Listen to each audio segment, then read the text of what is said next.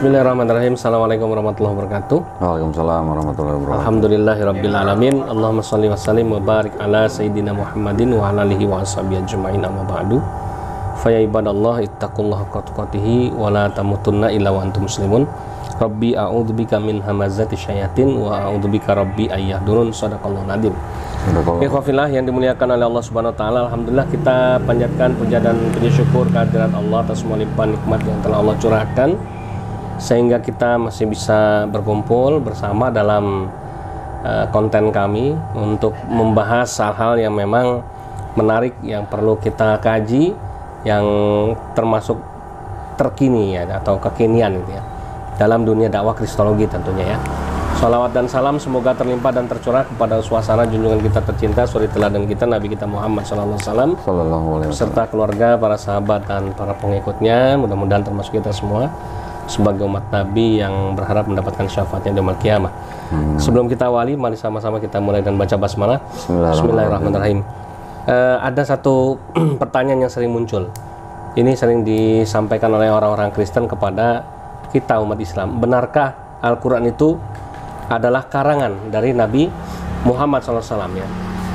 Bahkan sebetulnya bukan cuma pertanyaan nih, udah mengarah kepada tuduhan ya, bahwa Al-Quran itu adalah buatan Muhammad ya, karangannya Muhammad ya. Bahkan ada juga yang mengatakan bahwa Al-Quran itu memang ya isinya memang semuanya itu rekayasa dari Muhammad dan lain sebagainya. Nah, ini sebetulnya udah sering didengar ya, sering kita juga dengar jawaban-jawaban yang beredar. Tapi paling tidak dalam konten ini di channel LSK Al-Hadid dan juga di channelnya Don Ditan, kita akan mendapatkan satu jawaban yang berbeda daripada yang lain ya, untuk menjawab fitnah ataupun tuduhan dari orang-orang Kristen.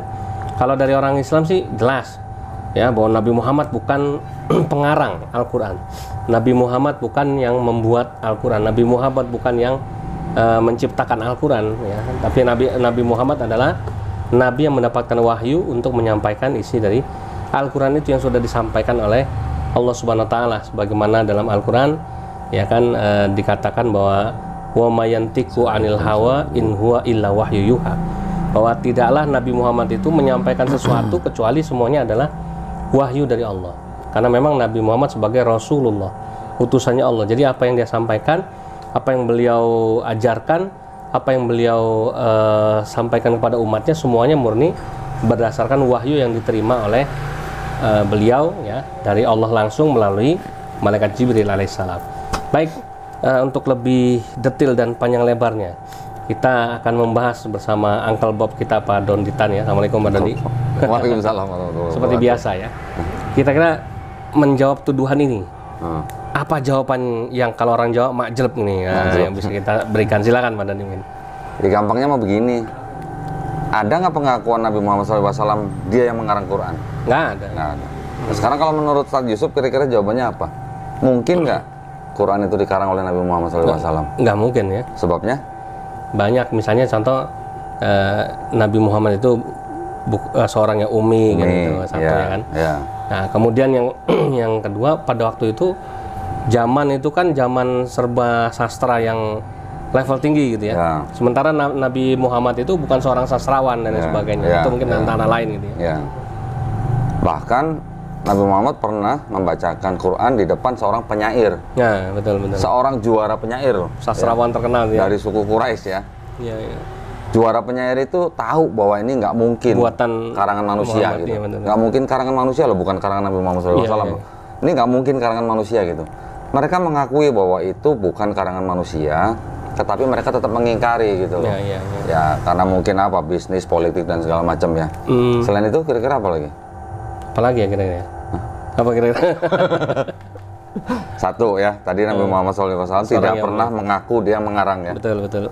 Kemudian tadi salah satunya adalah Nabi Muhammad SAW adalah umi, tidak bisa baca, tidak bisa tulis.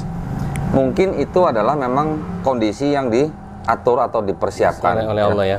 Sudah dipersiapkan oleh Allah Subhanahu Wa Taala bahwa kalau Nabi Muhammad bisa baca bisa tulis, ya udah nggak bisa pasti nggak bisa ngelak ya, gampang ya.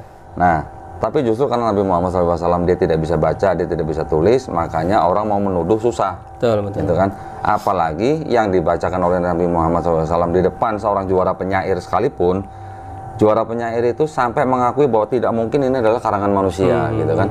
Karena kan apalagi seorang Muhammad gitu ya.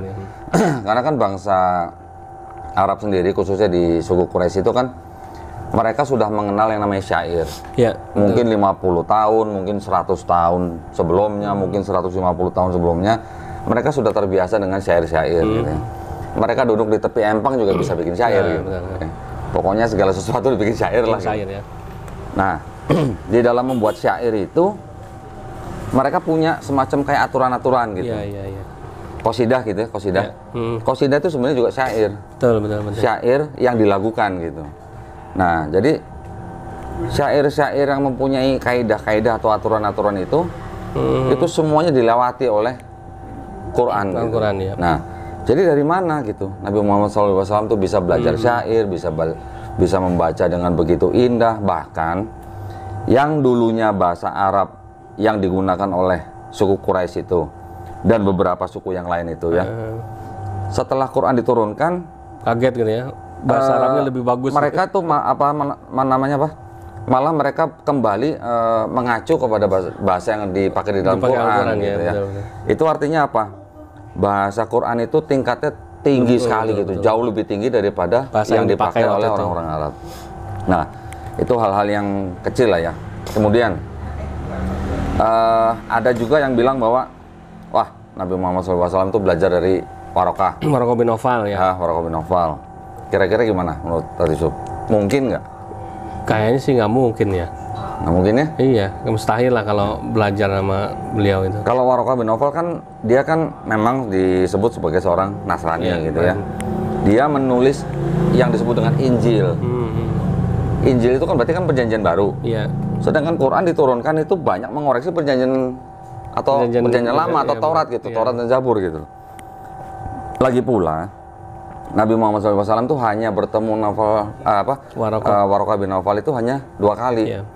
Pertama waktu ketika beliau menerima wahyu, kedua waktu di depan Ka'bah. Sedangkan Quran diturunkan selama berapa tahun? 23 tahun. Jadi mungkin ya Nabi Muhammad SAW belajar dari cuma 2 kali pertemuan Waraqah bin Nawfal gitu loh. Iya. Itu poin berikutnya. Berikutnya lagi ada yang menuduh bahwa bahkan di dalam Quran disebutkan ya di surah An-Nahl ya. An-Nahl ayat ke-103 bahwa disebutkan bahwa wah ini Nabi Muhammad SAW ini belajar dari seorang Romawi. Kalau nggak salah itu yang bernama Jabar. Nanti kita bisa lihat ya suratnya. Nah, sedangkan yang disebut dengan Jabar ini dia hanya belajar bahasa bahasa Romawi. Bagaimana mungkin dia bisa mengajarkan Nabi Muhammad SAW dengan bahasa Arab yang levelnya begitu tinggi gitu ya. Betul.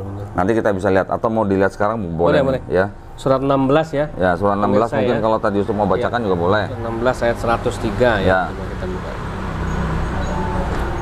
Jabar itu yang disebut sebagai anak laki-laki Al-Faqih Ibnul Mughirah. Yang merupakan orang Nasrani Roma dari daerah Sisilia ya. Nanti saya bacakan tafsirnya. Tadi Yusuf bacakan dulu ayatnya. Sebentar ya. 16 ayat 100 berapa? 3. 103 ini. Oh ini ya.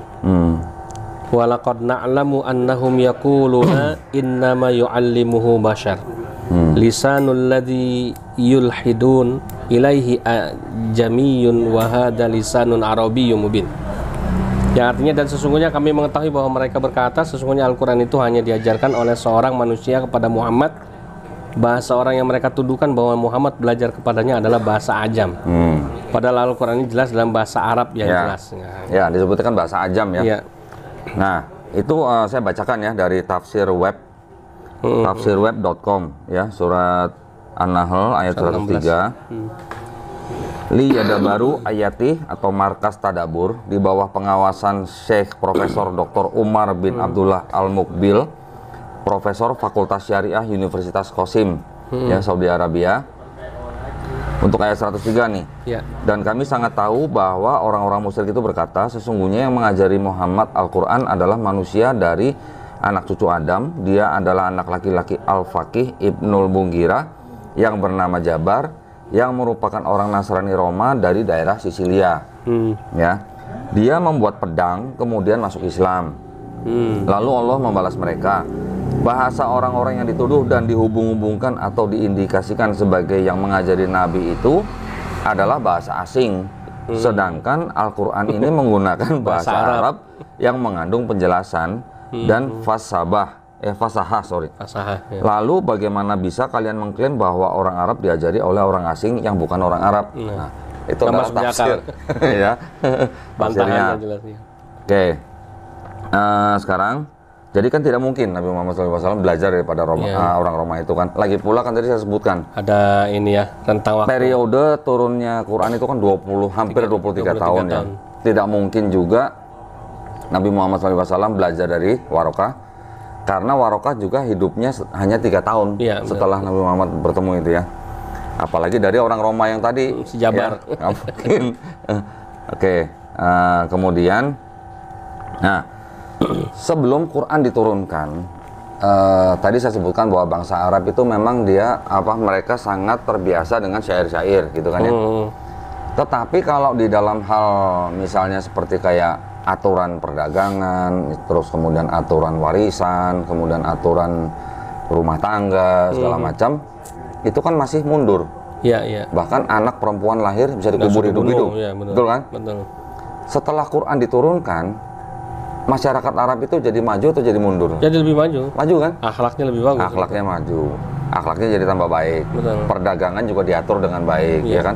Kehidupan rumah tangga diatur dengan baik. Bahkan dari namanya bangun tidur sampai tidur lagi, itu semuanya ada aturannya kan? Iya. Nah, itu kayak begitu ya. Nah, jadi tidak mungkin juga gitu. Kalau misalnya itu hanyalah suatu karangan satu orang daripada Nabi Muhammad SAW. Mencakup sebuah kehidupan yang begitu luas. Aturan yang segitu banyaknya yang mengatur kehidupan masyarakat, bukan kehidupan orang ya, kehidupan masyarakat tuh ya. Dan itu bukan cuma Islam doang. Nah, itu adalah tidak mungkin dilahirkan dari seseorang yang umi gitu loh ya. Iya, betul. Betul nggak? Masuk akal nggak kira-kira? Iya, nggak jelas, nggak masuk akal ya kan? Nah, itu kira-kira tadi poin keberapa tuh? Keempat ya tadi. Keempat ya. Nah, sekarang saya tadi kan bilang bahwa Nabi Muhammad SAW sendiri tidak pernah mengaku dia mengarang Al-Quran, ya kan?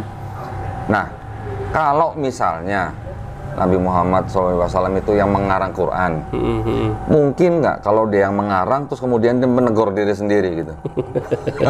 Ada kan? Ya lucu jadinya. Kan? Nah, di Quran Al-Azab ayat 4-5 mengenai anak angkat, dia juga menegur diri sendiri. Oh iya, betul. Ya kan?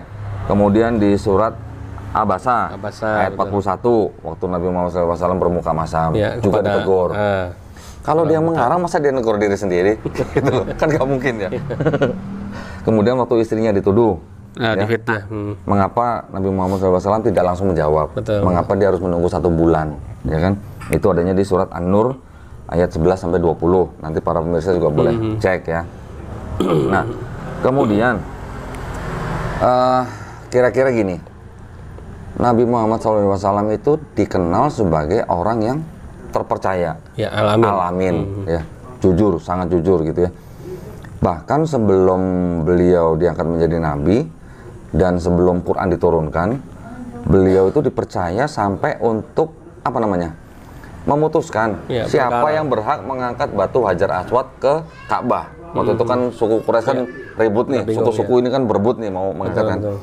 Sampai akhirnya Nabi Muhammad SAW dihadirkan untuk memutuskan siapa yang mengangkat. Akhirnya diputuskan mengangkat berempat gitu kan, 4 penjuru gitu kan. Itu kan sangat-sangat sangat bijaksana gitu ya, terpercaya. Betul. Oke. Kemudian selanjutnya Al-Quran sendiri. Nah, ini salah satu yang membuat saya sangat terkesima dengan Quran ya. Mengapa saya mempercayai bahwa Quran itu adalah firman Allah langsung dari Allah gitu. Di dalam Quran kurang lebih ayatnya itu kan lebih dari 6.000 ayat ya. Mungkin ada yang 6.200 sekian, ada yang 6.600 sekian gitu kan. Dari kurang lebih 6.000 ayat itu, kurang lebihnya 1.000 ayat itu berkaitan dengan ilmu pengetahuan atau sains ya. Dari 1.000 ayat sains itu kurang lebihnya 80%-nya sudah terbukti benar. Ya.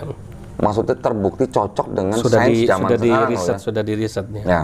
Sudah dibuktikan. Nah, yang menemukan itu bukan orang muslim. Betul, yang menemukan itu justru orang-orang kafir, kira-kira 50 tahun, kira-kira 100 tahun dari sekarang. Iya, nah, iya. Jadi kalau mau menuduh bahwa Quran itu adalah karangan Nabi Muhammad SAW, itu adalah tuduhan yang konyol. Iya. Konyolnya kenapa? Karena itu tadi. Konyolnya kenapa? Kalau itu karangan Nabi Muhammad SAW, berarti pada waktu itu Nabi Muhammad SAW sudah punya teleskop dan mikroskop. Betul, udah ini. Itu nggak?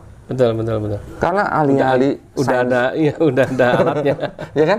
Ahli-ahli sains zaman sekarang itu dia bisa menemukan hal-hal yang ternyata sudah disebutkan di Quran. Mereka menggunakan alat-alat yang apa namanya sudah canggih gitu loh. Mikroskop, teleskop untuk melihat bintang dan segala macam. Jadi apa mungkin? Belum ada. Ngelihatnya pakai apa gitu Nabi Muhammad untuk melihat misalnya embriologi ya. Terus dia ngarang gitu di Al-Quran ini. Ngarangnya bagaimana? Memang begini Tat. Sebelum apa namanya? Sebelum ayat-ayat misalnya ayat-ayat sains itu yang berhubungan dengan sains itu turun, memang sudah ada beberapa tulisan-tulisan dari misalnya orang-orang Yunani. Iya. Ya. Misalnya dari Galen mengenai embriologi.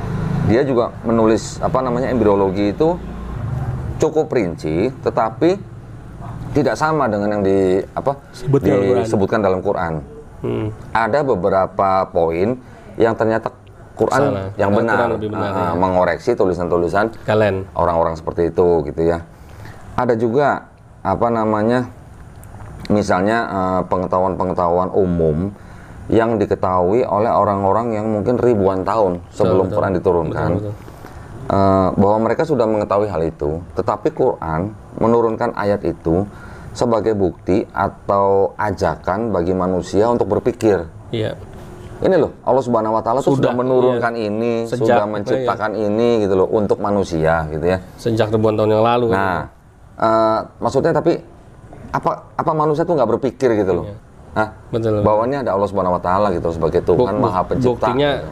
Yang ribuan tahun yang lalu aja tahu kan gitu. Ya. Nah, yang mustahil kita tahu kan gitu. Nah, jadi kurang lebihnya contoh misalnya kayak di Quran di apa namanya?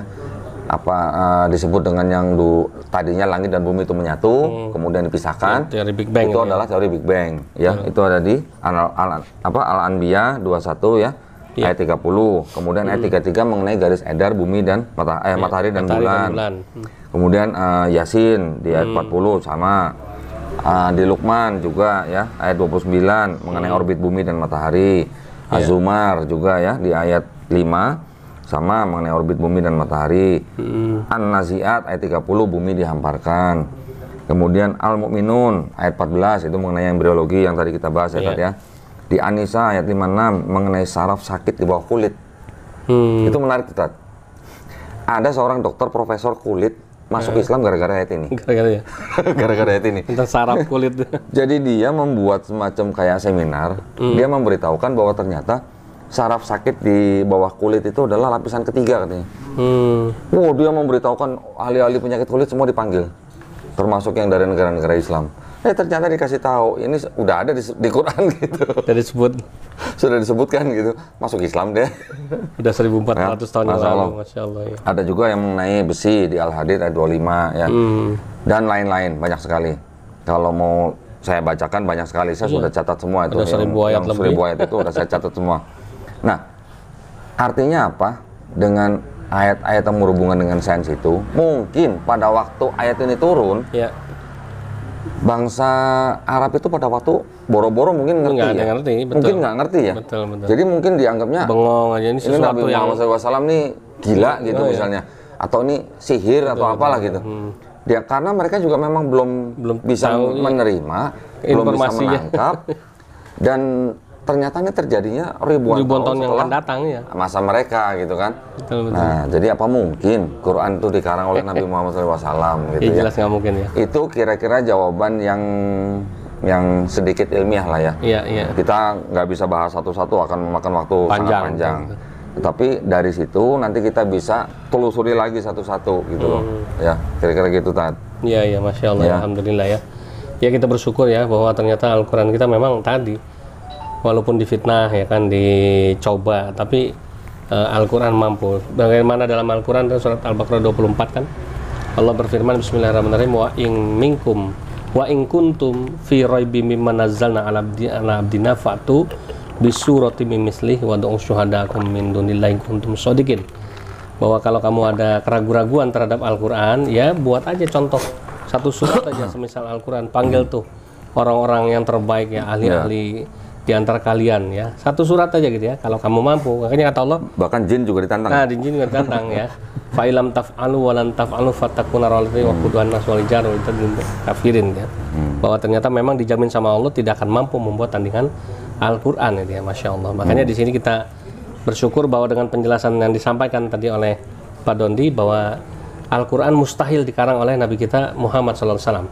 Ini semakin menguatkan bahwa Al-Quran memang adalah mujizat yang berasal dari Allah Subhanahu wa Ta'ala. Mungkin ada lagi Pak Dondi yang mau disampaikan? Nah, ini buat penutup aja. Ya. Kalau tadi kita bahas mungkinkah Quran dikarang oleh Nabi Muhammad SAW? Ya.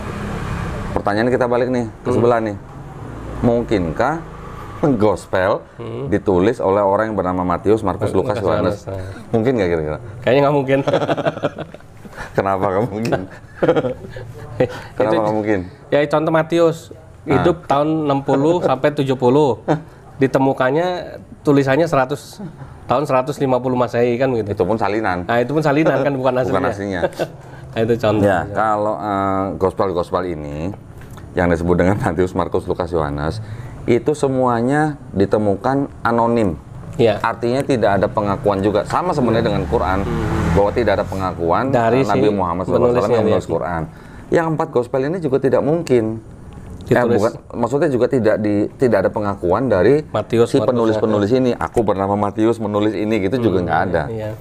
Tetapi isinya itu kan semuanya kan berbeda semua nih. Ceritanya berbeda, gitu ya.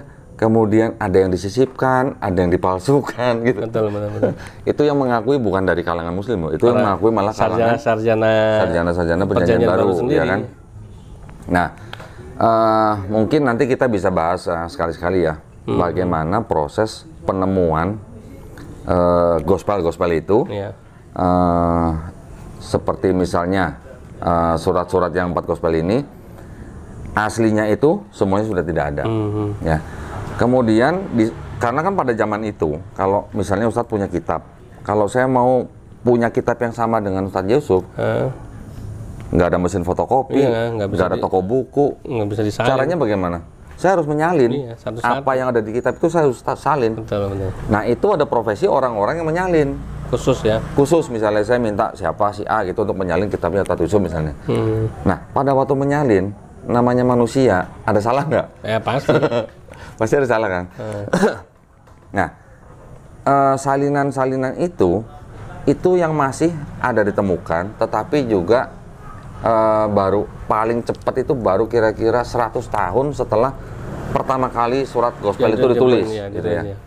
Pertama kali gospel yang ditemukan itu besarnya hanya sebesar mungkin sebesar kartu kredit, yang disebut dengan kode P52 ya. P itu papirus ya tadi ya. Itu pun salinan, bukan asli kertas yang ditulis oleh si penulisnya, gitu loh, Matius, Markus, Lukas, Yohanes. Nah, yang pertama kali ditulis itu kan yang Markus. Markus ditulis kira-kira tahun 65 Masehi. Lukas dan Matius itu mengutip dari Markus, kemudian menambah-nambahkan. Itu ditulis kira-kira tahun 70 sampai 80 Masehi. Yohanes ditulis kira-kira tahun 95 sampai 100 Masehi. Itu udah berapa puluh tahun dari Yesus gitu loh, jaraknya gitu ya. Dan itu pun tidak mungkin ditulis oleh orang-orang yang bernama Matius, Markus, Lukas, Yohanes. Hampir semua sarjana perjanjian baru sudah sepakat nolak ya. Tidak mungkin 4 gospel ini ditulis oleh orang-orang yang bernama itu, dan tidak mungkin ditulis oleh saksi mata langsung gitu maksudnya. Ya. Karena nama-nama itu baru diberikan di abad kedua oleh bapak-bapak gereja gitu loh, oleh Papias. Oleh Papias di 135 Masehi dan oleh Irenaeus di 185 Masehi. Itulah bedanya dengan Quran. Quran pada waktu diturunkan itu bukan berdasarkan tulisan atau written, tetapi oral kan. Nabi mengucapkan, disalin oleh sahabat-sahabatnya diperiksa, dicek dan recheck gitu loh. Kalau ada salah langsung ketahuan. Betul. Memang mungkin ada perbedaan sedikit-sedikit yang beredar di seluruh dunia ya. Kan kita tahu ada hafs, ada wars ya. Tetapi itu perbedaan-perbedaan itu timbul karena adanya perbedaan qiraat gitu kan. Perbedaan cara baca. Nah, oke, satu lagi terakhir ini untuk sebagai penutup. Kira-kira sebelum Perang Dunia Kedua ya Tat ya. Ada Jerman Munich Institute di Jerman. Sebelum Perang Dunia Kedua itu mereka punya proyek yang sangat besar. Mereka mengumpulkan salinan Quran dari seluruh dunia. Dikumpulkan semuanya, terkumpul 42.000 salinan. Ya. 42.000 salinan itu setelah diperiksa tidak ada yang beda. Sama semua. Semuanya sama. Masya Allah. Sedangkan gospel, udah acak-acakan udah.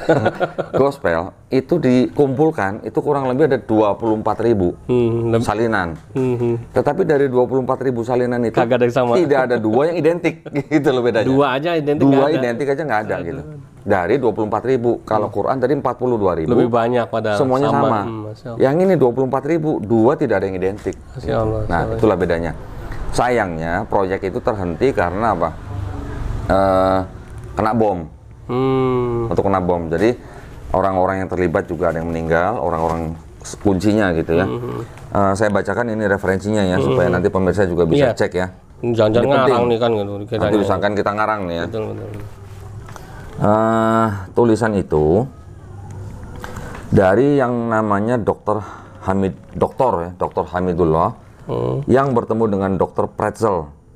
Ya, ketika belakangan datang ke Paris untuk mengumpulkan fotokopi dari manuskrip Quran yang tersedia di perpustakaan yang di sana. Masya Allah. Ya, mengatakan bahwa Pretzel mengatakan kepada Dr. Hamidullah, our institute ya atau arsip itu, institut kami telah mengumpulkan foto-foto dari 42.000 salinan Quran dan kami sedang collecting them, mengumpulkan gitu ya. Nah, setelah selesai tugas ini sebelum hancur ya, dikeluarkan laporan bahwa menurut dia pekerjaan pengumpulan dari berbagai salinan Quran itu memang belum selesai. Namun begitu, dengan berdasarkan pekerjaan yang sudah selesai yang sudah mereka laksanakan, sampai saat itu dia dapat mengatakan bahwa ada beberapa kesalahan daripada penulis ya, tetapi tidak merubah makna gitu ya. Tetapi tidak ada perubahan atau perbedaan tekstual. Nah, itu yang penting. Nah, itu yang penting kan? Tidak ada perbedaan tekstual yang diketemukan dari 42.000 salinan Quran. Ya. Ini ditulis oleh Arthur Jeffrey. Ya, Arthur Jeffrey di bukunya The Quran as Scripture. Tahun 1952, ya. Perusahaannya adalah Russell F. Moore Company Incorporated di New York, halaman 103. Masya Allah, alhamdulillah. Ini dia ya. Fakta. Jadi sangat sangat gimana ya, 42.000 tuh nggak sedikit loh. Ya, iya banyak, 42.000. 42.000 tuh kalau ditumpuk tuh mungkin bisa berapa banyak gitu ya. Tidak ada yang berbeda secara tekstual. Kesalahan tulis mungkin ada, tetapi tidak berubah makna. Tetapi kalau yang Bible 24.000 tidak ada dua yang identik. Kira-kira gitu, Tat. Oke, terima kasih Pak. Alhamdulillah. Ya, mudah-mudahan saudara muslim yang menonton semakin kuat imannya, apalagi sebentar lagi akan datang bulan Ramadan. Ya, bahwa bulan diturunkannya Al-Qur'an ya. Jadi mudah-mudahan kita semua bertambah semangat untuk mempelajari Al-Quran ya, untuk mengamalkan isi Al-Quran dan untuk mencintai Al-Quran, dan hidup kita hidup yang berdasarkan Al-Quran. Amin ya Rabbal Alamin. Baik, terima kasih. Demikian kajian kita malam hari ini ya, untuk menjawab tuduhan benarkah Al-Quran karangan Nabi Muhammad SAW. Ternyata tidak dan bukan. Tidak mungkin. Tidak mungkin ya. Jazakumullah khairan katsira. Terima kasih Pak Doni. Jangan lupa subscribe ya channel Donditan dan channel LSK Al Hadid ya. Silahkan dan bergabung dan menjadi subscriber kami di channel yang sudah saya sebut tadi. Dan jangan lupa selalu support kami, ya, selalu saksikan kami dalam penampilan-penampilan berikutnya. Sekali lagi terima kasih. Kita tutup dengan baca doa penutup majelis. Subhanakallahumma bihamdika, asyhadu an la ilaha illa anta, astaghfiruka wa atubu ilaik. Billahi taufiq wal hidayah. Wassalamualaikum warahmatullahi wabarakatuh. Waalaikumsalam warahmatullahi wabarakatuh.